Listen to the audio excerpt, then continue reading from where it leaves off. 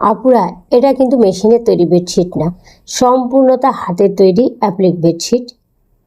বেডশিটের কালারটা দেখেন, মাশাআল্লাহ অনেক সুন্দর, সাদার উপর গাঢ় গোলাপি নিখুঁতভাবে কাজ করা হয়েছে এবং কাজটা ফুটে উঠেছে।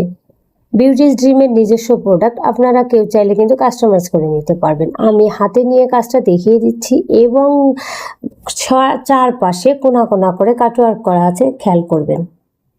কাপড় কোয়ালিটি এত ভালো হবে, কালারও যাবে না, ববলিনও উঠবে না, কোনো কমপ্লেন থাকবে না ইনশাআল্লাহ, আমি বলে দিচ্ছি।